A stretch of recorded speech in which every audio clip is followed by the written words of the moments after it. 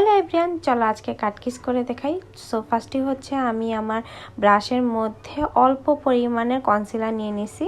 এখন দেখো আমি একবারে কর্নার থেকে একটা সার্কেল অনুযায়ী আমার ক্রিজের যেই সার্কেলটা ওইটার অনুযায়ী একটা লাইন ক্রিয়েট করে নিছি।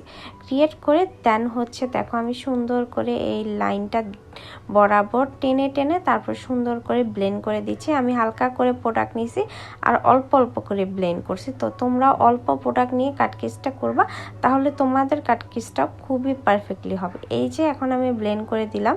তারপরে আমি সেমভাবে আমি আবার আরেক চোখে সুন্দর করে আগে শেপটা দিয়ে তারপর হচ্ছে ব্লেন্ড করে দেব। অবশ্যই তোমরা শেপটা দিয়ে তারপর ব্লেন্ড করবা, তাহলে কাটকিসটা আসলে পারফেক্ট হবে এবং কোণা থেকে শুরু করবা।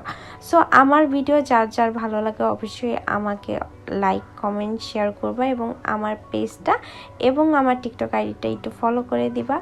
দেন হচ্ছে আমি কাটকিসের মধ্যে হালকা করে শিমার অ্যাপ্লাই করে নিয়েছি। যারা বিগিনার আছো তারা একটু এইভাবে কাটকিসটা ট্রাই করে দেখতে পারো যে কত সুন্দর পারফেক্ট হয়। দেন এইটা হচ্ছে আমার ফাইনাল লুক। কেমন হয়েছে অবশ্যই জানাবা। আজকে এতটুকুই, আল্লাহ হাফেজ, টাটা।